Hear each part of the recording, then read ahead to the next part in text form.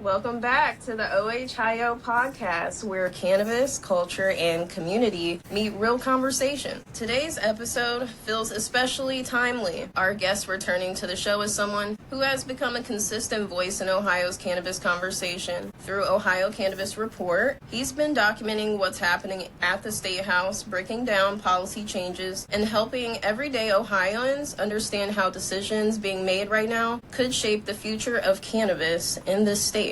Since the last time he joined us, a lot has changed, from the passage of Issue 2 to the ongoing debate around Senate Bill 56, and now he's bringing those conversations directly to the community through an upcoming event in Columbus called the Central Ohio Cannabis Social Equity Forum, happening April 4th. This forum is designed to bring together advocates, entrepreneurs, growers, and everyday citizens to talk openly about equity, home grow, policy, and the future of cannabis in Ohio. Gerald Moore Jr., welcome back to OH-HighYo podcast. Thanks for having me, man. I appreciate it. What's good, man? I'm happy to be on again. Well written. Yes, thank you so much for joining us. Really appreciate you taking time out of your busy schedule as a stay-at-home dad. I know how that is, you know, trying to find time in between everything. So I really appreciate that. We do want to ask you again, you never know if your answer has changed, but we do have to ask our famous first question. Do you use cannabis? How has your use of cannabis maybe evolved since the last time we've spoken? Yeah, I still use cannabis. You know, I stand by it. You know, it's something that has helped me along on my journey. 36, about to be 37 this year. So, you know, I've had extensive experience. The more I learn and grow, I feel like my relationship is evolving with cannabis. So I use it for different purposes, but yeah, I still consume and use cannabis. Very good. We appreciate you sharing. For sure. Yes. And I think it's important, you know, I think, you know, we obviously had these conversations in this space, and, you know, it's like we've been fighting for this plant for 60 plus years, right? Like, and it's not a new thing. It's been around for thousands of years. And so what's the problem in having conversations around it? What's the problem in, you know, letting people know how it impacts our life? I mean, it's an economic thing. It's cultural. It's medicinal. It's so many things. So we should be having without being afraid of the judgment, the criticisms, because most people that don't use it don't know what it's about, right?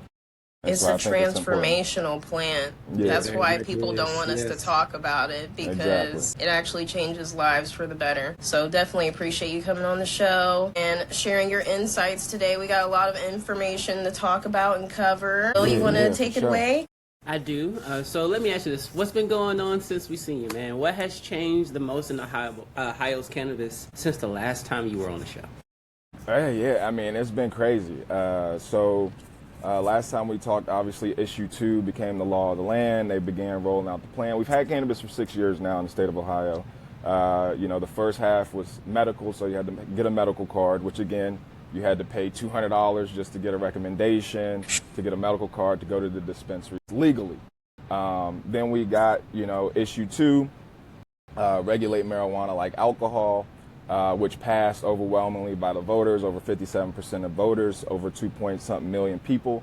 More people voted for legalization of adult use cannabis than voted for the current governor we have, Mike DeWine. So just to tell you how many people, we have 11.8 million people in the state of Ohio.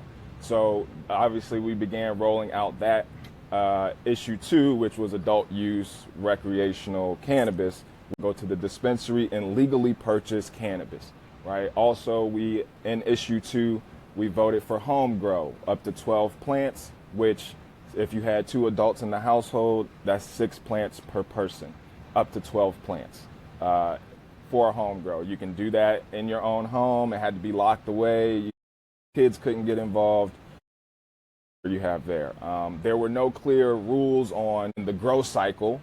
Right, we know growers that, you know, people know how to grow good weed, so they know how to keep their cycles going. So we voted for that. We also voted for social equity, where 36% of the tax revenue from adult use legal sales would go back to communities most harmed by the war on drugs and prohibition, which we know typically as Black people, African Americans, Latino, you know, lower class white people. Here in Ohio, we have Appalachia, right, which you have a lot of poor white people that are in the hills. And that's where I fell in love with weed in Athens, Ohio, some of the best weed I ever had. Greatest place ever.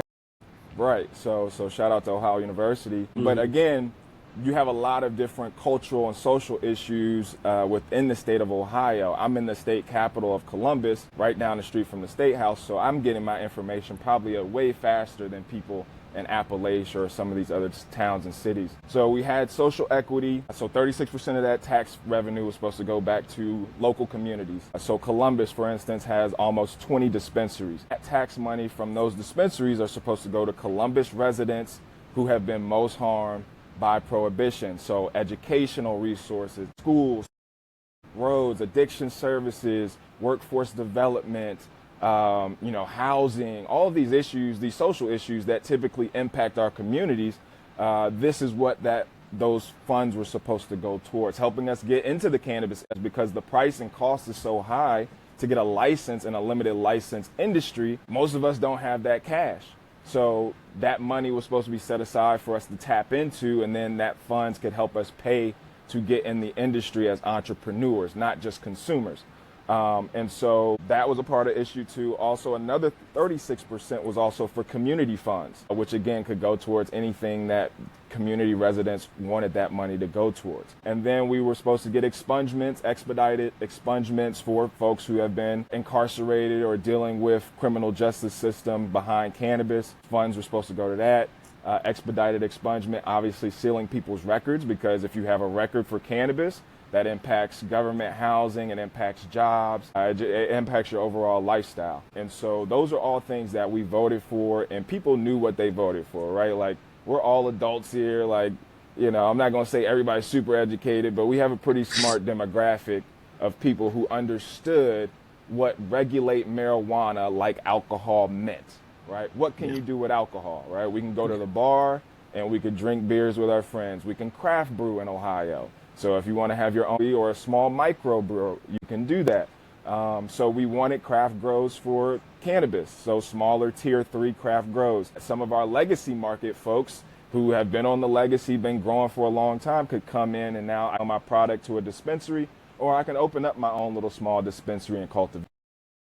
We voted for the ability, we wanted to be able to consume publicly. So in issue 2, we could publicly consume. Just like in alcohol, some of our downtowns have doors where now you can walk around the downtown with alcohol openly, like open carry, right? And it's not a problem. So we wanted the same thing with cannabis. So regulate marijuana like alcohol. Everything you could do with alcohol in Ohio, you could pretty much do with cannabis, is what we wanted, and what most people, I would say, voted for. I voted for that. And so over the last year, because we've only had adult use for a year now, the Ohio state, the state GOP, the Republican Party, the governor, Mike DeWine, and then the Republicans, for the most part, have been vehemently opposed to marijuana, period, right? Because again, it empties out the prison system, it takes money away from police, it heals the community, it takes money away from government assistance. People can start doing things on their own, where now, you're not getting as much tax revenue, where you get to do what you want with that money. And so as soon as we legalized cannabis, and I'll put this too, we legalized it as a voters' citizens initiative. And so that means that just because we voted in doesn't mean it's the Constitution. So they could change whatever they wanted to change, is what we saw. As soon as we voted in the law, they began to change that law and work on changing that law. We have to work on now is a constitutional amendment and getting cannabis legalization, adult use recreational, into the Constitution. Change that Constitution. Right now, we're doing the referendum, which is, this referendum would put a pause on SB56 that goes into law March 20th. So that's right around the corner. I think what is March 8th? So literally March 20th, if we don't get these signatures, you can no longer publicly consume. You can no longer consume in your car without it being illegal, without it being fines, criminal penalties. They will now be, obviously it was illegal to transport weed across state lines between Michigan and Ohio, but they weren't really criminalizing people for that. Now you will be criminalized and penalized for that. If you're transporting cannabis in your car, it has to be in your trunk. Or if you don't have a trunk, it has to be in the furthest part of your car, I think behind the passenger seat or the driver's seat. And so again, it has to be an original container. Well, if you're a home grower and you put your stuff in a mason jar, and let's say you're traveling with your cannabis, this is your original container. It doesn't have, you know, a logo or something that you would get from a display. Yeah. So it's kind of approaching like you having the freedom to be able to home grow and like have your own stuff. If it's not branded material, which means the corporations get to come in and suck all that money really when you're traveling.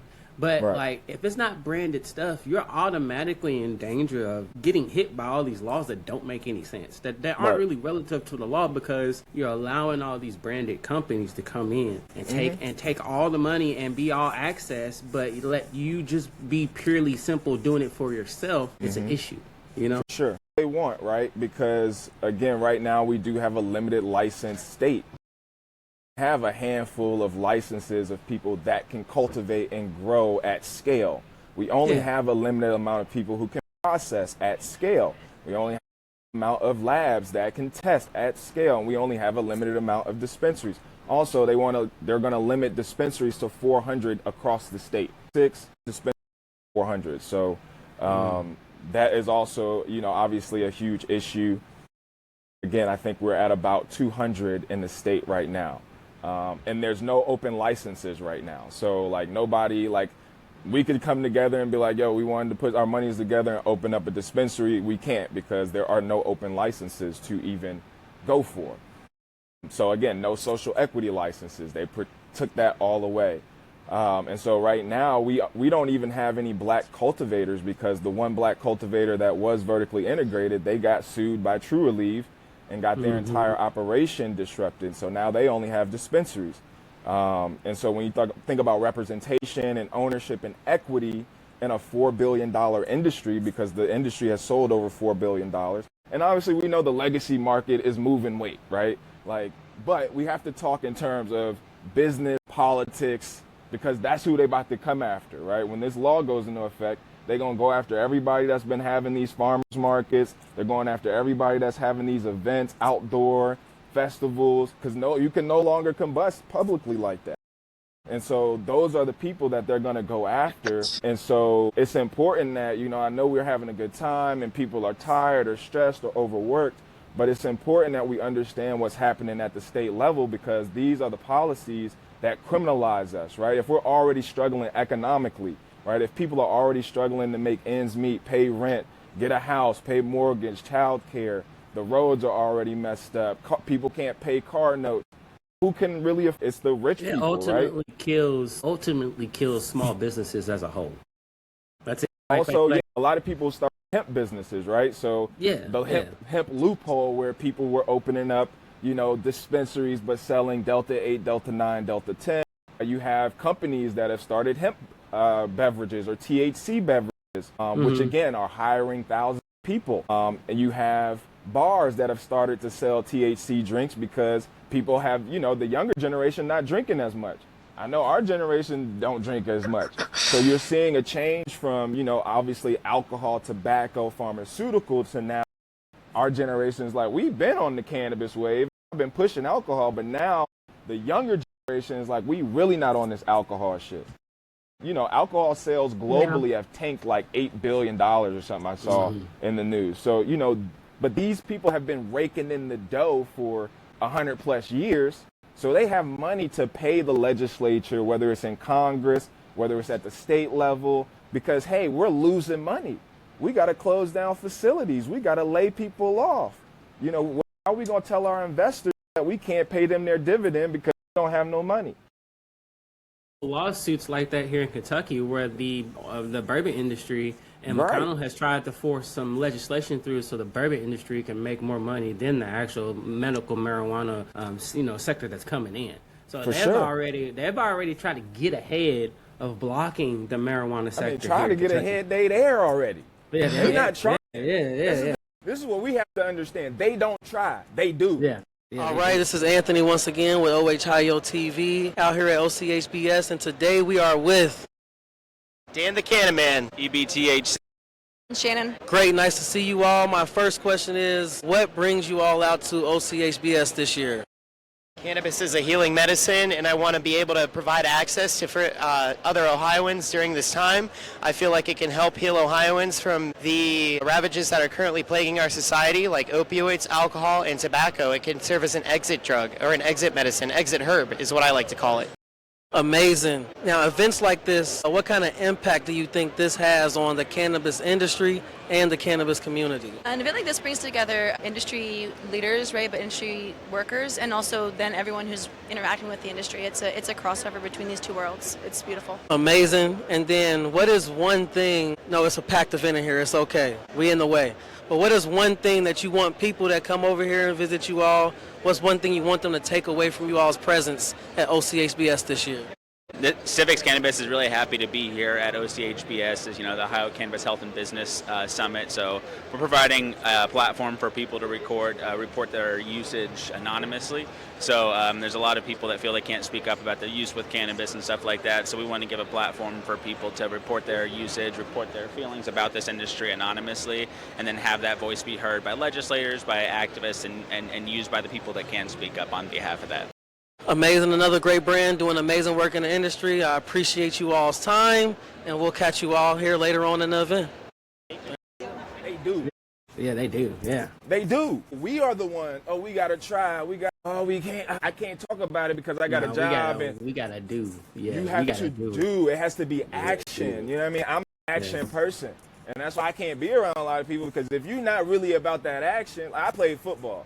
I done already put my life on the line for people's entertainment to not get paid, right? And I see how they treat me as a successful football player. You get all the love. All the white dudes love you. Republican, Trumpers, racists, love you. You know what I mean? I don't get pulled over if I got my ring, or I don't get tickets if I got my ring on, because who are you? Oh, you somebody. Yeah. You know what I mean? And we have to understand the game is the game is the game. You know what I mean? And so we have to learn the game and play the game. And the game is played at the state house, right? We worry about Trump and all this shit at the federal level. I grew up in D.C. And D.C. doesn't have statehood, right? So Ohio is a state. It's one of the most powerful states in the country.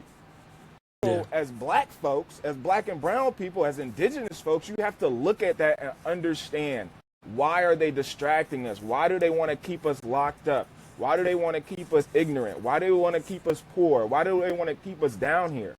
Because if we start to understand our control and power in these states, we run the game. You're not begging for a handout no more. You're not saying, well, I can't afford rent. Like, niggas is still trying to afford the basic necessities of life, of shelter. Exactly. And you don't even own none of the land. So, yeah, they changed everything, by the way. So while we tied into this, because this feeds into the main core of our story. So our main core of our story is Weed and Politics, Central Cannabis Social Equity Forum, which is what you're hosting, which is coming up. What made you to decide? What made you decide now was the time for the conversation and actually host the event? So when God puts something, I just do it, right? Like, I've had the idea for a while, but obviously we were in COVID. I did some online forums before. And again, being a stay-at-home dad, to keep me sane and to keep me connected to other adults, right? I'm with kids all day, but I also understand parents need a voice. And a lot of times parents don't have a voice in state politics because we're so busy with our children and just trying to protect them, provide for them, while also, you know, I'm married, I have a wife, so I have to take care of my wife as well. I have 2 children. And we also had a stillbirth 4 years ago, which, you know, obviously rocked our world. But all of it came back to politics. All of it came back to socioeconomic issues. All of it came back to us being oppressed people. All of it came back to us being quiet and just going along to get along in this system. And cannabis has always been something that, since I've consumed it, I've understood to be more freeing, and something that, like, why is this so bad? Like, everybody is demonizing this, and it's not what y'all really think it is, or y'all saying it is. Or y'all don't even know if I'm high or not if I don't tell you. Like, you don't know if I don't smell like weed, because, again, I can take edible, I can take a tincture, I can take, you know, extract, you know, I could take a vape.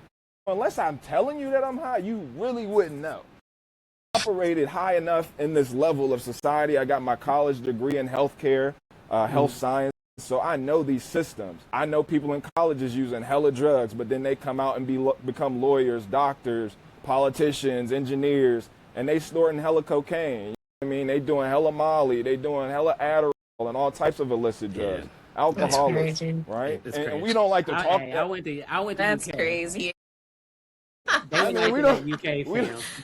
don't like to talk about it, but come on, I went to a PWI. I'm just gonna be real. I'm just being real. It was nuts. Yeah. I mean, I got the degree to prove it. You know what I mean? Yeah, I got lived experience, nigga. Like, I'm an OG at this point. They call me Unc, so I don't got shit to hide. You know what I mean? So again, and I don't judge people. You do what you do, but when you go to college and this is supposed to be our elite class, and these parents are paying for their schooling, parents are coming down partying. We had mom's weekend, dad's weekend, Sib's weekend. And I'm, as a black kid, right, again, I'm an all-American football player, and I'm like, yo, this shit is crazy. My parents done told me to stay away from all this shit, and apparently y'all got credit cards, cash on deck to do whatever the fuck y'all want to do. So that was an entrance into a world where I'm like, oh, this is how they operate, right? And so, but our people, we are living on scare tactics. Oh, you can't do that. We don't own shit. So guess what? You're going to get drug tested now for marijuana after March 20th. And if you get drug tested, you fail the drug test, you lose your job, and now you don't get your government benefits. So that was also something that was put in the SB56, right? Like, oh, that's really crazy. Right. So the ability for police to now discriminate again, right? We're swerving. Now we pull you over, and let's say you got a cannabis tube. Oh, he's smoking weed. Let's pull him out the car. Let's search the car, right? So now it opens up the can for that. And now a lot of the major cities probably won't, like Columbus. I doubt Columbus police will really be attacking people for publicly consuming. But when you get to some of these smaller towns, right, if you're traveling and you're traveling through these farm towns, or you going through Springfield, Ohio, and you speeding 5 miles over the speed limit, woo-woo, and the car like weed, you know what I mean? Like, or you just finished smoking and you get in the car and now, oh, you were smoking weed, now you high. Like, we can do these things. So again, they're discriminating for health care. If you need an organ transplant and you smoke weed, they can deny you an organ transplant, you know, with SB56. So again, this is a big thing. Yeah. I've heard people talking about it here, and it's not even our law. And like how people be hating so bad, it's really disheartening. But this is why we got to be involved, right? Like, and this is why I've been so vocal with Ohio Cannabis Report, talking about policy, right, and talking about state politics. Like, people keep asking me to run. People have been asking me to run for office for like 10 years now, and I refuse to run for office because, one, you have to be corrupt low key, or be like the Democrats and just be getting trampled. You got to be locked in the system. Like Greenberg, like, this is a very good example. So our mayor is very much locked into the social societies here in Louisville, right? And you're seeing a lot of the effects of what happens when the social circle actually controls power in the city, right? And how they will change stuff. Like we're getting a data center and everything. All this stuff is being forced through. This dude is supposed to be a Democrat, right? But because he's got the certain ties to the people who actually help control the city, it's not really what he is. He's just being paid and brought to control it that way. Right. You see what I'm saying? For very sure. underhanded tactics, basically. Right. This is why, again, city level politics is so important, right? Even these Democrats are taking checks. You know what I mean? Like, you have some progressive cities, and it's like, well, why aren't we doing certain things? Well, the mayor of Columbus, like, what the fuck is he doing for me? Nothing. Like, okay, Columbus got about 100 data centers, I think, something crazy. Like, we got crazy amount of data centers in Columbus. That is not helping people in Columbus, right? Because there's only like 10 people that eventually end up working in a data center, or 20 people. Like, my dad is a computer person. So, like, yeah, you might need 400 people to build that data center. But once the data center is up and running, you only need like 10, 20 people. So again, those data centers are using our electricity. So it's increasing the electricity costs for taxpaying citizens. They want to tap into the water. Now the water, and then the environmental hazards, right? Again, we got Google, we got Amazon, we got all of these joints here. And again, it's not impacting economically the community. Like, no more money is going into my pockets for these data centers being here, but they using my electricity, my water that I pay for. They're using my roads and bridges and air. And so we got to be tapped in at the city level, at the county level, and at the state level. Like, Trump will do what Trump do. We can't control that, right? But we have to literally buckle down and be like, nah, what's going on at my city level? What's going on at my county? And what's going on at my state level? These are the people I can hold accountable. Because like in Columbus, I mean, if people haven't been paying attention, Les Wexner, Jeffrey Epstein is all tied to Columbus, Ohio. This nigga been putting money in everybody's pockets. Like, come on. Like, and it's all tied to all the same shit. So I wouldn't be surprised if it was tied to the anti-marijuana or anti-cannabis things that are being pushed through. So again, sorry to get off on that, but the event is basically to bring our community together to have some of these conversations in community, right? Like, and again, I'm not expecting to have everything hashed out. Don't come to this thing and be like, well, where my money at? I ain't getting no money. Listen, I do Ohio Cannabis Report out of passion. I don't receive a dime. I haven't received a dime for going up to the State House to advocate for myself and my community. I haven't received a dime for the sacrifices that I take from my family to go to the State House and speak my piece, right? And to testify on my behalf. And so what people have to realize, we have to stop being so fucking selfish. And I think that's the real issue. Like, everybody's, as long as I got my cool. And that's a terrible way to live. And unfortunately, capitalism has made us this way. And so the wealthy people can live like that. The billionaires can live like that. But at the end of the day, the billionaires are in cahoots with each other. A lot of these white people, they be in cahoots with each other. Like, it's white people saying, well, I deserve social equity. I don't see you saying shit to your white people. Like, you should be going to them being like, no, y'all fucked up. Y'all been fucking up black people for 60 years over this plant, locking us up, fucking up our economics, fucking up our healthcare, and now y'all want to be like, oh, y'all got mental health issues, oh, y'all violent, oh, y'all poor, oh, y'all uneducated. No, we were thriving 60 years ago. We were doing well. We had our own black businesses. We had our own black communities. We had our own black everything. That was part of the design of prohibition, right? Like, if we taking care of our own, right, I don't need to go to your hospital if I got my own medicine. I don't need to go to your doctors. If I got my own doctors, I don't need to go to your grocery store. If I got my own grocery store, I don't need to go to your bookstore. If I got my own bookstore, I don't need to go to your restaurant. And so we have to get back to understanding community. We shouldn't all be trying to become athletes, entertainers, comedians, influencers. Find what you're good at, do that. Help somebody else, right? Like, I've made it to the top. My wife is a news anchor. I do whatever the fuck I want. Like, I know the game. Right? And so we have to understand the game. The game comes from doing the self-work. So if I'm confident and secure within myself, it doesn't matter if somebody is better than me or doing something different than me. I can support them. I can Instagram. I could share their posts on Instagram without me thinking like, they're going to take some shine away from me. That shit makes no sense to me. And so we losing right now. As a black population, we are losing. It don't matter how many NBA players we got. It don't matter how many NFL players we got. It don't matter how many business people we got, because you look at our communities. You have to look at the worst of the worst, right? As a football player, it's 100 dudes on the team. I'm an All-American. I don't give a fuck. How is the last dude on the bench looking? If the last dude on the bench don't get a ring, I suck. That's how I'm. When I see you, bro, I'm like, what is pot? I need your plug, pot. Are you your own plug, bro? Yes. Are you getting this on tape? Okay, fantastic. Pothead, super fried, super swaggy. I love it. All right, what's up, you guys? It's OH-HighYo Media, and it's the Ebony Hempers. You already know. We're at MJ BizCon 2025. This is actually day 2 for the expo, and we actually just got finished with the Ohio Takeover panel. Amazing that we get to represent our lovely state of Ohio here in Las Vegas this week. I'm actually here with one of our Ohio's very own, Pothead Genius, period. We here, man. Vegas, we here. The gas is good. All right, Pothead has approved. That's very serious. We take that very seriously. Well, tell me, Pot, how have you been thus far this week? Man, it's been a good week.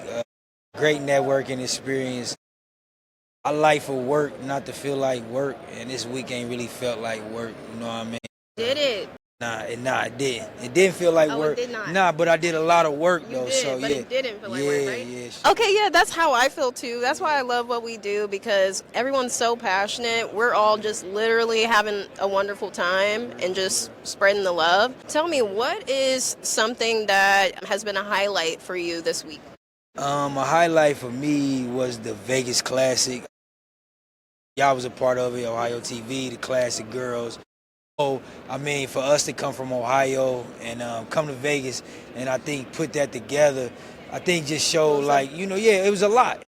It's a big move. Yeah, I just feel like it shows strength, you know what I mean? It shows like, Ohio is here. We're not here to play, we're here to stay. You know what I'm saying? So that was the highlight for me, for real, for real. And the Jeters, oh my God, the Jeters after party. Bro, wait, why didn't I get invited to that? Bro, Jeters? That was crazy. Shout out to Jeters, man. Bro, shout out to Jeters. They don't play. I already know. The Vegas Classic, Jeters after party, for real. Nah, and the hash. Okay, in the hash, fantastic. Okay, but isn't it such an honor for us to be able to come out here and represent Ohio? Yeah, it's such an honor, and to be sitting here getting interviewed like by y'all, being from my home team, it's just organic. You feel what I'm saying? That's really what I'm into, like organic. Not really no fake press. You feel me? And that's why I rock with y'all. So it's like you said, it's a dream come true for real to be standing here in Vegas, MJ BizCon, my homies interviewing me. You feel me? It's lit. We lit for real. All right, well, that sounds fantastic. Is there any last words you'd like to share with OH-HighYo during MJ BizCon or? Yeah, keep doing what y'all doing. Keep putting Ohio on the map. All love. All right, thank you so much for sharing. I hope you're having a wonderful time, and we're going to stay connected. Great, a third. Like, a lot of that was in that code call. Like, he's trying to learn how to type. You ain't even do no typing classes. We as like elder millennials, because we're like on the butt end of millennials. Yes. So like, it's like I'm 35, so I'm literally the butt end. Like, you know what I'm saying? So, but like, we've seen so much and been so more aware of things as we've grown up in the time frame that we've had to pay attention to the stuff. Yeah. Right. Like, I mean, you think about I was born in 89. So, again, the crack era was still going on. I had young parents. So I was raised by my grandparents, my aunts, my cousins, the community. So, like, I was very aware of what was going on. Even though I stayed in the child's place, I was like, yo, there's wild shit going on. Clinton, Bill Clinton, George Bush, like, what is, nigga, I was aware. So then we moved to D.C., and I was like, again, in the nation's capital, you have no choice but to be aware of politics and what's going on. My parents worked in the federal government. So you just see things. But yeah, I think ours, we're that generation that didn't have technology to then having some of the early technology to being the first ones on social media. You think about Black Planet, MySpace, Facebook. Yes. Like we were before Facebook, you had to have a college email. And I got on Facebook hella early because I went to a Catholic private school and it was an elite private school. So kids were going to Harvard. So literally kids were classmates with the buddy that started it. And you had to have a Harvard email. And so, but if you had a family member that had a Harvard email, you could get the email sent to you and be on Facebook. So I was on Facebook hella early. And then I started hating Facebook because then my stepmom got on there when I was in college and was like, you need to take that picture down of you with a red Solo cup drinking. I'm like, don't nobody know I'm drinking. Like, we chilling. This is me and my cousins on here chilling. But that's when I knew the game was changed. But we've experienced a lot. Also, we are adults now, right? We weren't taught politics for real. Right. We weren't taught how to be engaged civically. We weren't taught that when you ate, you could run for office in certain offices. We weren't taught that you could start to use your voice and gather people collectively for initiatives, right? We in our mid-50s and we still struggling trying to figure this shit out. Whole time you got boomers. My next door neighbor bought his house for $70,000 30 years ago. We bought the same house, if not a little bit bigger than his, that we got to put hella work into for $240,000. That's crazy.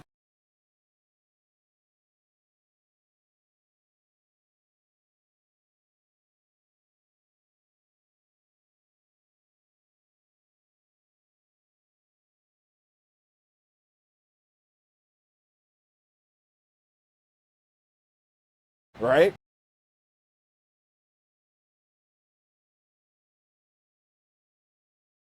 $1,000. So then you take the equity out of that home, and now you can invest in your kid going to college. Now you can start a business. Now you can go on vacation. Now you can put that money in a will, a trust, and pay your grandkids a monthly allowance.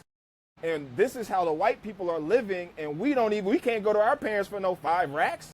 Hey mom, let me get 10 racks.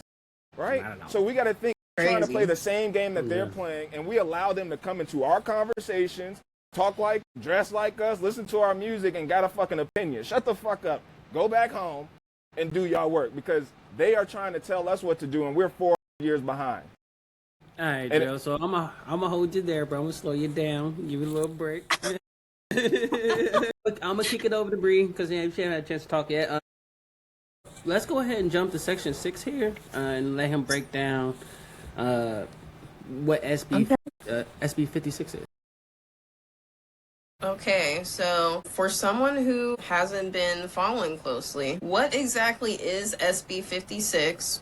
If you could break that down into like layman's terms, and why is it controversial? I feel like you've touched on it a little bit, but just give us a nice gist. Basically recriminalize basic cannabis possession and consumption as we know it, right? Mm-hmm. You now have to consume in your home, privacy of your property, right? If you don't own your home, right? So if you're a renter, right, you're in an apartment, your landlord now can discriminate against you for consuming cannabis, growing cannabis in your apartment, right? So I, as a homeowner, I benefit because I can grow in my home. I got a backyard. I can grow my plants outside because I can lock that stuff away. I can smoke in my house. I can smoke in my garage. I can smoke in my backyard, my back patio. But if you are a renter, you will now be discriminated against. You can't smoke in your car. That is now a fine and criminal offense. So again, public consumption. If you're just walking down the street, smoking, and the cop decide he want to harass you, that's now, and again, I don't know all of the specifics on the fines and the criminal penalties, but it's misdemeanors, it's criminal penalties, right? So it's also, it's making it harder for people to expunge their records for criminal or for cannabis consumption or cannabis offenses. It introduces, again, those fines and criminal penalties. Traveling with cannabis outside of original packaging is now illegal. They're trying to mark you to make you look bad. Yeah, so again, this is going to harm, and I keep saying this, I've said this on Ohio. This isn't going to hurt rich white people. This isn't going to hurt middle-class white people. This is going to harm black and brown, poor, working-class people. You can now be discriminated against at your workplace for random drug tests. If you fail a drug test, they can now fire you. If you're fired for this purpose, you won't receive your unemployment benefits. That's so crazy. So it's deep, right? So again, we legalize cannabis for adult use, recreational. SB56 pretty much guts all of that. It takes the social equity money out. We did start receiving some money, right? I think Columbus received like $4.6 million, and now the community can decide what to do with that money. But it was supposed to be double that. So should have received $8 million. You know what I mean? If they had the social equity. So again, it's a terrible bill. I've tried to be as vocal as possible. Again, I can't be out in the community. I refuse to be out in the community as much too, because again, it's a lot of work. Like, a lot of people don't understand it. There's a lot of work. And I mean, physically, emotionally, like, I don't do this for monetary gain. It's right? draining. It's draining, right? So again, like, I also am a very. And you're locked in on the important stuff. Like, you're locked in on making sure that we can keep those celebrations and stuff like that. So and so that's been my thing too, right? Like, I'm a little bit older too, so like, I'm not somebody that like just smoking all damn day. Like, I microdose, right? So like, I got shit to do. You know what I mean? Like, I can't just be cooked all day. You know what I mean? Like, and I enjoy it, but again, like, once you grow and mature in your cannabis and just life and your spiritual life, cannabis isn't the end all be all for me. You know what I mean? Like, I have a healthy lifestyle. I exercise, I work out, I go in the nature, I meditate, I pray, I like to be in community, but I can't be in community with people that are constantly draining me. You know what I mean? So this shit is already draining enough. You're already dealing with politicians that are already evil. They're evil. You know what I mean? Like, you got to think, Ohio is, like, people are struggling. You know what I mean? And I know people all over the country and all over the world, there's so many things going on, but we have to really, like, we have to, you know, we have to really understand that, like, we're fucked up. You know what I mean? In a lot of different ways.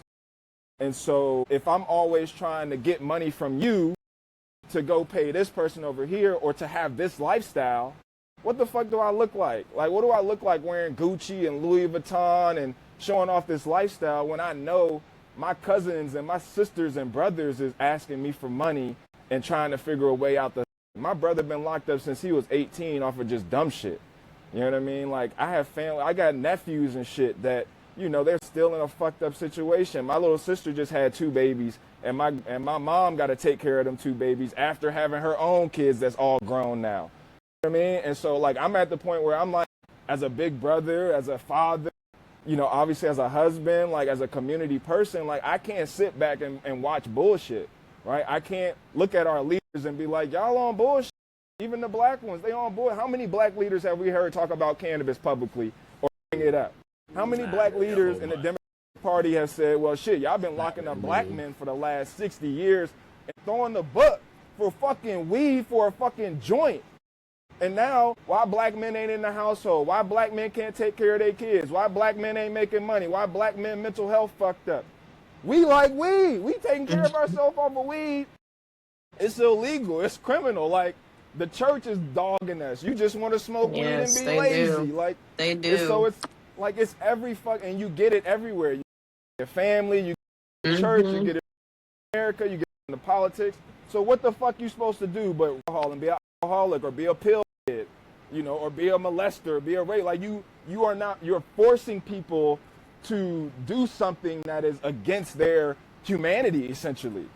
And cannabis is one of those things. I feel like it opens us up, right? It opens our brain pathways up. It sits your ass down. Like if you need to sleep, sit your ass down and go to sleep, right? Slows you down. Slows you down nice and neat. Yeah. You're like, all right, we're good. Yeah, let me think about this real quick. Like, I don't know niggas crashing out after they smoke some weed, just some clean weed, right? Like, you're not about to go gangbang. You selling and somebody that's and shorted you, it's a difference. But again, in our communities, right? Well, this nigga is selling on my block. You think first of all, and then I'll add this in because this was a huge thing that happened that nobody's really talking about. So our Attorney General's office, Dave Yost, sued 9 MSO companies, multi-state operators that have been operating in the state of Ohio and nationally for operating as a cartel, which essentially they were doing backroom deals with each other. They have emails basically saying, hey, we'll give you a discount on this product if you give us 25% of your dispensary shelf space. You know, and they were doing these discounts basically in the dark. So then, like, you know, we have some local growers and dispos that wouldn't be able to have their products, you know, on sale. So then they would, you know, obviously do that. So it was like 9 MSOs. I don't know all of them off the top of my head, but these are major. I mean, True Relief was one of them. Fresco was one of them, I believe. ARY or AYR is, and so again, they have brands, right? So this is just the main company, but they also have brands and other companies and businesses and dispensaries underneath them, which again, they basically been controlling the market, which also keeps the price high, right? A lot of people in Ohio have been complaining about the prices being extremely high, and that's why people are going to Michigan. Well, the reason those prices are high is because they've been fixing the market to keep those prices high. It sounds like there's going to be a market collapse at some point based off of right. that. But it sounds like they were just trying to get as much profit as they could to retain the top status of whatever was going on. Well, it's business. I want to know. It's American business and capitalism. That's what they do. They find this out? Like, who provided the intel?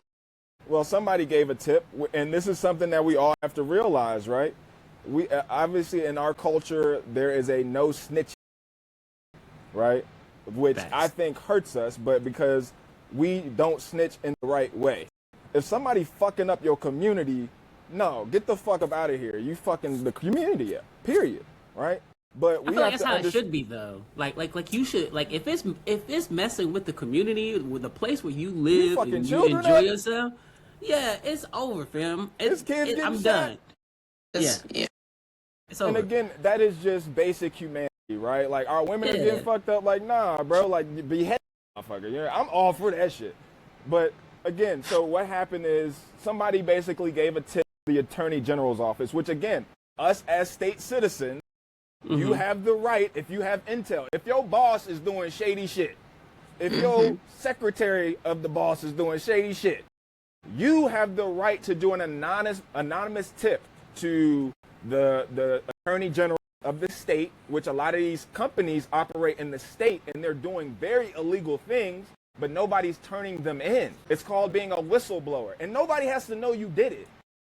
That's the point of being anonymous. Nobody has to know you did it. So work in an operation and say, yo, one, they're discriminating against black and brown people, right? Or there's, you know, racism here, or they're doing illegal business transactions, and you're not for it. You can send a tip to the Attorney General's office, and you don't have to send it to the Attorney General as a bunch of lawyers, right? So you go to the Attorney General's office website, I don't know the website off the top of my head, and they have a link where you can file a complaint or file a whistleblower complaint anonymously. And so a lot of shady shit that's been going on. Again, people aren't tipping the right people. Like, I'm an independent media channel. I could say whatever the fuck I want. But you coming to me complaining on Reddit, on TikTok, on Twitter does nothing. You complaining to me about a governor or a state senator does nothing. You have the same rights that I have to go talk to these people on their job because they work for you. So you can go to the state capitol yourself and request the meeting. You can hit up their aide, request the meeting, or you can send in a whistleblower tip. So again, this is what I'm saying. People have to do the work, right? The work isn't all like just being out in the field. Like, nah, you could be right at home on your computer or your cell phone and be like, all the shit we doing on Instagram, take that shit to the state Attorney General office or to the FBI. Instagram is just the creative outlet of it. Just you actually have to sit down and call them. Yeah.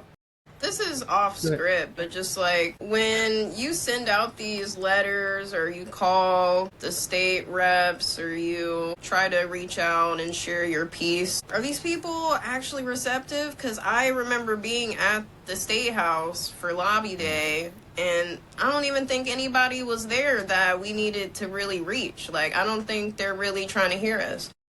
No, trying. We have to make them, right? And so this is why I do things publicly. The politicians don't looking bad in the public eye, right? Absolutely not. There's a reason they market and advertise a certain way. There's a reason they go after certain demographics. There's a reason the propaganda looks a certain type of way, right? And so we know our communities ain't what they say they are, but oftentimes we have people coming into our communities telling us what we need to do. Most of these people are coming from wealthy communities. They're coming from the suburbs, or they're coming from a poor community where their family owns and runs the businesses. So, we have to deconstruct white America too, instead of always being deconstructed. And so, they're not listening, right? Literally after the last lobby day, I walked out of the lobby day and I was packing up, right? Like, I was packing up all my stuff. I was talking to somebody. Oh, it was a good time. Nice meeting other people. I think there was like 3 or 4 Democratic politicians that came to that event.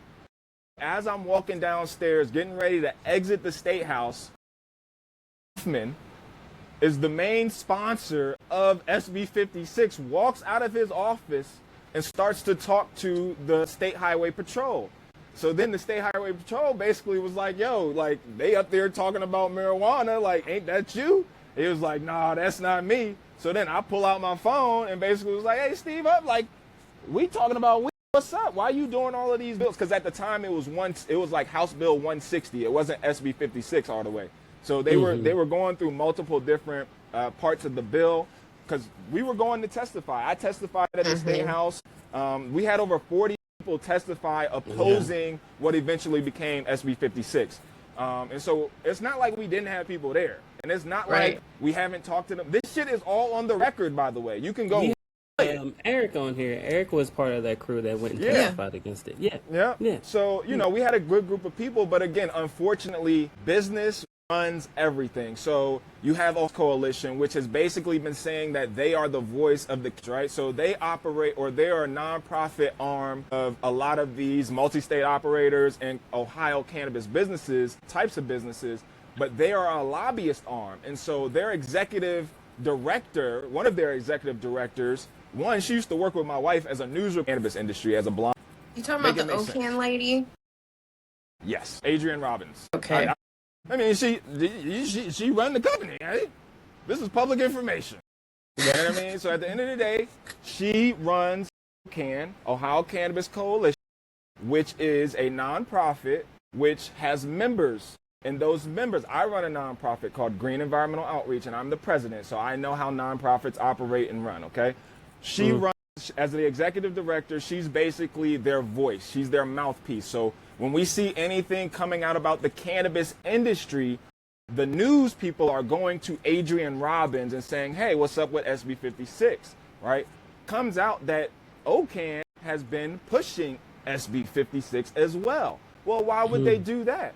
Well, guess what? Their member organizations are the dispensaries, the cultivators, and the processors. They know they're losing market share to the hemp industry. They know they're losing market share to the farmers markets. They know they're losing market share to Michigan. So what is their incentive as cannabis operators that have probably put 10, 15, 20 million dollars, $40 million, $100 million up to operate this all cash industry? It is in our best interest to go against what these people want, because a good home grower, he don't need to go to the dispensary. If you got a good plug, you don't need to go to the dispensary. Facts. So that's market share. If you can go up to Michigan and you can take 2, 3, 4 people every 2 weeks, every month on a trip, and y'all could collectively bring back a pound, like think about how much market share is being taken away, even though the state has made $4 billion already, or sold over $4 billion. So again, this is why the people have to be vocal. And a lot of times, a lot of people in the industry aren't going to be vocal, right? So your bud tenders, a lot of them don't know what the fuck is going on, and they being pimped. They probably being paid $15, $20 an hour, if that, you know what I mean? Because I know it's crazy. The bud at the dispensaries ain't that good, right? They're not putting out a lot of education or information. They can't even market and advertise. They can't even have billboards. So how do people even know where the dispensaries are? How do people even know what indica or a terpene is? Like, who's teaching these people, right? Who's teaching the community, like, you need to be shopping for terpenes. You need to be shopping for this. Maybe you need a sublingual. Maybe you need, like, you can't sleep at night. You need some CBN. You need some CBG. You got some, some stomach issues. You need that half and half, that 1-to-1, arthritis, a topical. You need something to put on that swelling, right? Like, so we have to, as a community, understand that we have to be more vocal too. Like, it can't just be like, oh, I got my weed. Cool, I'm stuffing down my issues. Like, no, you got to work and understand that cannabis is, for me, like a means to an end. It's a supplement, right? It's not the whole thing. I still go to therapy. I still do talk therapy. I still exercise daily. I still get in the sauna. You know what I mean? I still like to have great conversations, right? So it's a holistic thing, but we have to understand these business people, most of these people don't smoke. So you look at the executives, right? You look at the CEOs. Where the fuck did they come from? Like, if we've been consuming cannabis, I know me since I was 17, where did these executives, CEOs, CMOs, COOs, chief operating officers, the cultivators, the consultants that to me are all white? Where were y'all 6 years ago when we didn't have a legal industry? Right. And where are y'all now when it comes to social equity? Where are y'all now to the people who have literally fought for this plant for the last 60 years? People who've been locked, people who've had the fucking, like, I know so many people who was smoking weed and their parents was like, we can't fuck with you. You a pothead, you a stoner. Right. Like, I know so many community members where the church is like, we know the church and the black church, they gonna bring up weed every now and again to somebody came in here high today. Yeah, and so what? I'm closer to God than all y'all. But you have to start having these conversations. I just wish instead of resorting to trying to recriminalize cannabis use, we could just like maybe get creative, and just think about the opportunities we could create with the social equity stuff. Like, I feel like there's lots of opportunities for the community to get involved and like help uplift and educate and support each other. Yeah. And everyone could still get a piece of something, like, and everyone still kind of eats instead of what they're trying to do. And I feel like that's why. I feel like you made a good point about all the people, you know, that are higher up or in government, they don't smoke. So their minds are so closed off. You know, this is the resort for them. They all drink. He drank. And I mean, we was at the golf, like, we seen what was going on. Yeah. So again, like, and I went to the #1 party school in the country, so I know how they get down. They prefer cocaine. They prefer the hard stuff. You know what I mean? Like, they don't want that, you know, because again, it's gonna force you to, you know, think about other things. Hey, them drinks were popping, and that was the thing that when we did the first Ohio Classic, that's all they talked about. Lit. I'm not even gonna cap. It was 7 drinks, lit. dog. I'm tapped out. Yeah. You talking about the cannabis drinks or actual drinks? The cannabis drinks. I mean, they were drinking. I believe they had a couple of different. I can't remember all the brands out there, but there were multiple brands that were out there. Oh yeah. Green Elevator went like I know he ended up handing out all his drinks. I remember that. So like they were popping off of those for sure. And Happy was out there. I do remember Happy being out there, but they were lit off of those all day. Very good. On a Monday. Okay, so I feel like we've covered a lot of this stuff. Sorry. No, you're good. And I'm gonna say this, like, it's up to us, right? Like, we can't keep saying, well, oh, we're gonna vote in this politician and expect one person, 2 people to change anything, right? Like, it takes a collective. And so again, like you said, Bree, like, everybody has to find their thing. So like me, like, I don't grow weed. Like, I love smoking it, but I don't really need to grow weed, and I don't want to. It's a process.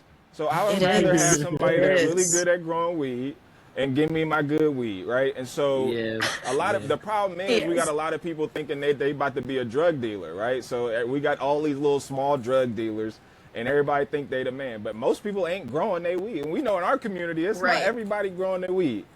So again, we have to, as a community, realize folks that are like really hard for. They're like, you know what? I got to have my bud. Those are those folks. Those are folks that are like, yes, I'm putting 6 plants in my house because I need it for everyday purposes. But it's still in a good experience because it's like I needed to regulate myself. Yeah. So it's not necessarily a bad thing. You know what I'm saying? Well, and growing a plant, right? Like, my nonprofit is all about gardening, getting outside, getting your hands dirty, urban gardening, getting our community back into agriculture, right? And so I equate cannabis to agriculture, right? And Ohio is an agricultural state.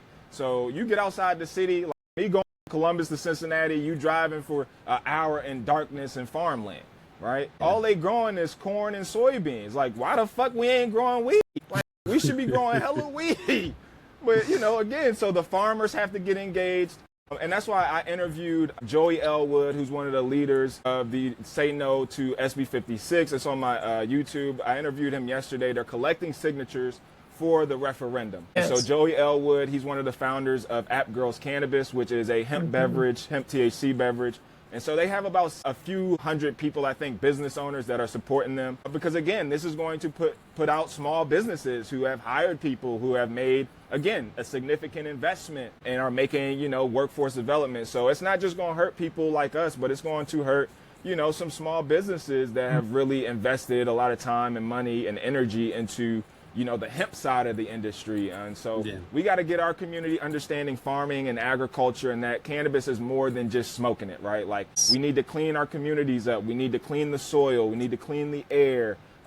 Textiles that can be made from hemp, right? Like clothing, housing. So cannabis is way more than just, cannabis is way more than just us consuming it for recreational or medicinal purposes. Yeah. Okay, well, here's my next question. Here's my next question. Okay, so when people talk about social equity in cannabis, what does that actually mean in Ohio? So we know it to mean, right? I mean, obviously, DEI has been the target since Trump has come into office and the GOP, because diversity, equity, and inclusion, that language, they automatically think that it's geared towards black people, which it's not. Which, again, they have co-opted it for diversity of thought, right? You can have 5 white dudes in one room and they can say, well, we all have a different thought process. We're diverse in age. He's older, he's younger, he's middle-aged. And so diversity, what is the definition of diversity, right? Equity, parity, right? So equity means we want ownership.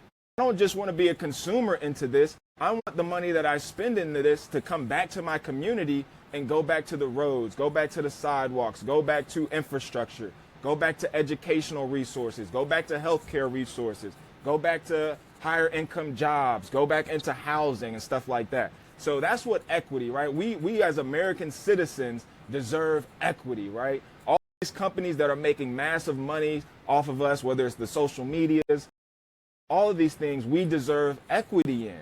And that means that we benefit from producing, we benefit from consuming these products and services. But then inclusion, what does inclusion mean? We want to be included in the bounty of the $4 billion, right? We want to be included in ownership of dispensaries, cultivators, processors, other ancillary businesses that benefit the cannabis industry. We want ownership, right? We don't just want to consume. I don't just want to patronize. I want to have my own shit. I want to hire my own people, right? I want to do shit the way I want to do it. So again, diversity, equity, and inclusion. But obviously that has been gutted just because pretty much the term has been basically co-opted to mean that, oh, they're just trying to give black people more stuff. They're just trying to, oh, he's a DEI hire. She's a DEI hire, right? They didn't go to college. They didn't get their degree. They didn't do the work, right, to get here. They just got here because we had to hire somebody black. And so when we talk about social equity, again, we want ownership in the cannabis industry. So with equity, we wanted to be able to own a cultivator, right? Because those are the people growing the weed. Those are the people selling the weed. I want vertical integration, right? So I want to be able to cultivate, process, and dispense my products or my community's products, right? I want to be able to hire my people. So I don't care if you have a felony or a misdemeanor for a cannabis offense. You can come work for me. You're a hard worker. You're a great person. You grew weed? Hell yeah, you need to come on my cultivation. Like, so again, when we talk about social equity, the state has sold over $4 billion, right? And you look at the black and brown communities and we say, well, we're doing all this studies and research. Why are black people so far behind white people, right? Why are black people, and they did a study in Columbus that said it'll take African Americans 700 years to catch up to white people in Columbus, Ohio. Whoa. What? Yeah. And that's if we don't change anything that we're doing now. Yo. That's close to 1,000. I don't like that number. So again, we have to be very disruptive, right? We don't have time to waste. Like, our time on this planet is very finite, right? Like, we might make it to 50. Like, and I'm 36. I'm blessed, right? But I know my community. Niggas is dropping flies. My dad had a stroke at 52 2 years ago. Yeah. So I take good care of myself, but I also know I deal with stress. I deal with anxiety. I deal with PTSD. I'm still a black man in America. So again, I take on stress that I may not even be aware of sometimes, even though I have a good life, even though I'm highly educated, I'm married, my wife is highly educated, we have a good life, but we still deal with the same shit that somebody that's not educated and black deal with, you know what I mean? I just have the means to maybe go to the gym or go to therapy, right? Therapy is expensive. We keep telling niggas go to therapy. First of all, you gotta find somebody, that understands you and your community, which is tough, especially as a black man and black woman.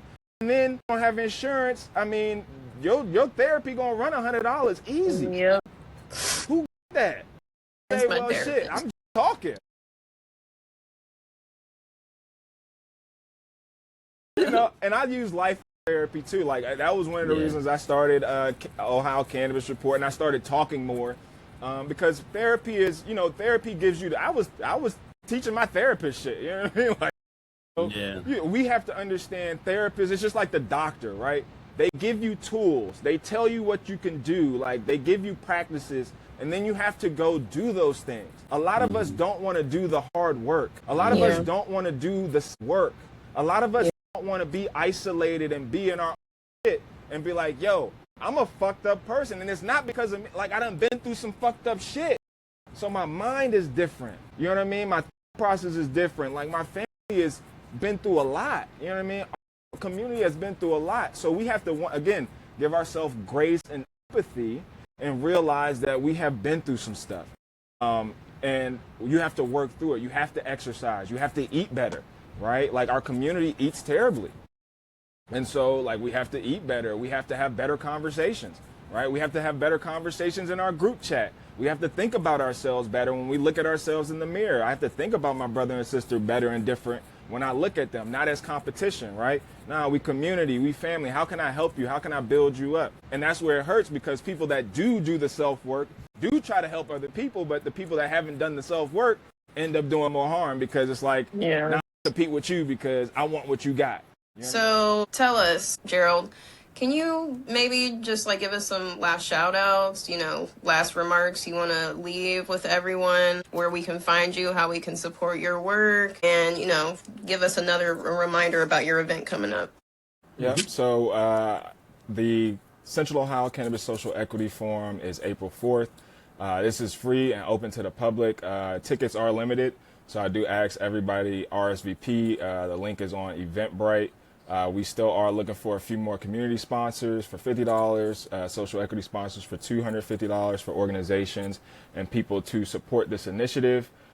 A portion of the proceeds will go to a nonprofit and to support more events like this that are community-led. I have reached out to state-level politicians, county-level politicians, and city politicians in the Columbus, Ohio area, so we should have some politicians from hopefully city council, county commissioners, and state representatives. So it'll be a great opportunity to network with, home growers, activists, other people in the cannabis industry. So on the panel, we have Anthony, entrepreneur, and he's been somebody very vocal in the cannabis industry as well since we started. He runs Ohio Cannabis Live. He also puts on cannabis expos. So he's somebody that, again, he's a black man as well. So he's touching on a lot of different things. We have Sarah Coria Bryant out of Athens, Ohio. So we're going to basically, this forum is going to connect Appalachia and urban Ohio. And kind of bridge that gap through cannabis. And so we got Sarah Coria Bryant, who's an activist. She's been up to the State House multiple times to testify.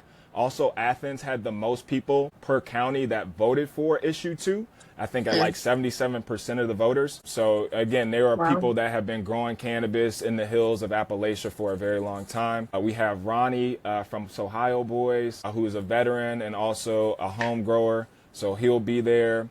On the panel, we have Karen O'Keefe from Marijuana Policy Project. She won't be physically in attendance, but we're going to figure out how to get her there through digital video. And then we have, obviously, Bree. Ebony Hempress is going to be our host, which I appreciate you for agreeing to be the host. I'll be there as the organizer to help support. And then who am I missing out? I got one more person that I know I'm missing. But Tasha Roundtree. So Tasha Roundtree is out of Dayton, Ohio, and then she's a cannabis advocate. She focuses on harm reduction, so she helps a lot of the homeless population in Dayton. She's also been very vocal for cannabis social equity in the state of Ohio. We're also in Dayton. So she's spoken at Ohio State University with their department that focuses on drug enforcement and policy. So she's a powerhouse. She's another black woman. So we have a great panel of people that have been doing a lot of different work, right? A lot of groundwork, right? These are people that are in the streets, right? With the people that have been most harmed by prohibition. So I'm really excited for people to come and hear just their perspectives. And again, this is a civil engagement, right? I'm not expecting to get issue 2. I mean, by March 20th, we'll know whether they got the signatures for SB56 or not. So again, I'm not trying to make this something where this is going to change everything for everybody, right? I'm not making this so like people think, man, them signatures are important. Signatures are important to pause SB56. If we don't get the signatures, SB56 will go into law March 20th. And everything that I've been saying prior to this will come into law. And so people will immediately be impacted by these basically prohibitions against our cannabis community. So again, share it, you can go sign the petition. There's no on SB56.com. And you can find all of the locations where you can sign. I mean, they have them all over the state, water beds and stuff, some of the smoke shops, stuff like that. So they're still looking for volunteers, and you have to be registered to vote as well. So also, I think like a bunch of votes were just dumped, or a bunch of registrations were dumped as well. So in Ohio, you have to make sure you're still registered to vote, because you can sign the petition, but if you're not registered to vote, your signature doesn't count. So they have that on the website as well, so you can see where you are registered to vote. So it's important, you know, that we are engaged civically, right? Like, I know everybody's happy we got our weed and we can grow, we can smoke, we can share, we can go to events. But again, that changes March 20th if we don't get these events or we don't get these signatures, and people gonna be locked up. People gonna get fined. So it was fun while it lasted. Also, if you have a dispensary that is not licensed through the DCC and you're selling hemp products, or you have a gas station, or you have just a commercial space and you've been selling, even papers, like all the things that you need to consume cannabis cannot be sold in those shops anymore. Everything has to be sold through dispensaries come March 20th. So again, if you think, oh, they ain't gonna come get me, all right, they're gonna be raiding spots too, right? So it's important. Right, they're gonna lock you down. So this is why I've been such an advocate, and I've been trying to, you know, be vocal about it, just to try to help the community realize that this is serious. You know what I mean? Like, and this is going to impact our community in a real way. So, yeah, you can follow me at Ohio_cannabis_report. That's our backup page, but I've been using that on Instagram. We're on Substack. I'm on Reddit. I just started posting on Reddit, Facebook. I go live on YouTube randomly throughout the week, trying to be more consistent in that. Do interviews. So we just did an interview with Senator Bill DeMora, who has been on our side. You know, he's been one of the more vocal ones coming out of the State House. So we interviewed him, basically talking about the difference between issue 2 and SB56.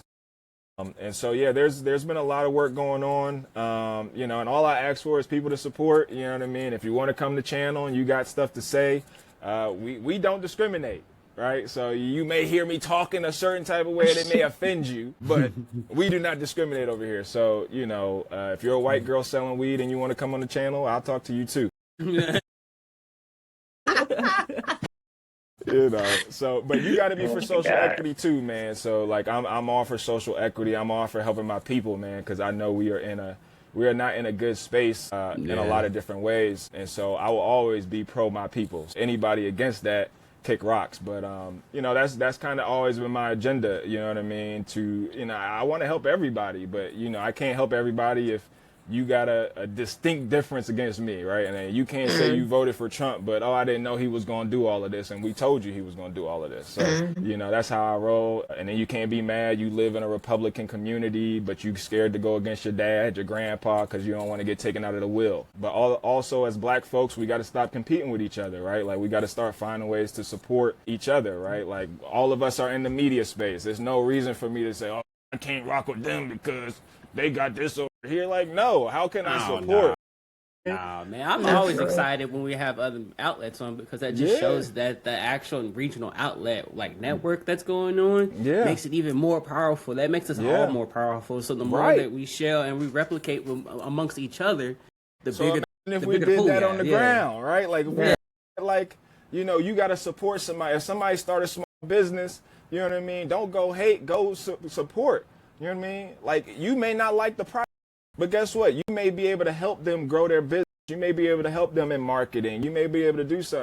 Or we got this thing, oh, black people always asking for discounts. White people ask for discounts too, my friend. You know what I mean? Like, so again, if you're selling a $60 t-shirt, but I know the t-shirt only worth $5, and then you're going to put it on a booty garment, but now you're going to be mad because I don't want to support because I'm only going to be able to wear the shirt one time, like, that's crazy, you know? So we got to be also realistic in the things that we're doing. Also, how many more t-shirt brands and clothing brands do we need, right? We need more medical facilities, right? We need more cannabis cultivators that are black owned, more dispensaries. We need more construction companies that are black owned, right? We need some of these essential services that move our country forward and our communities forward, right? So we need our own communities where we can build and people can have housing. Like, think about it. We need cannabis friendly apartments, because if you smoking and you live in a cannabis and it's a no smoking environment, you know, you getting.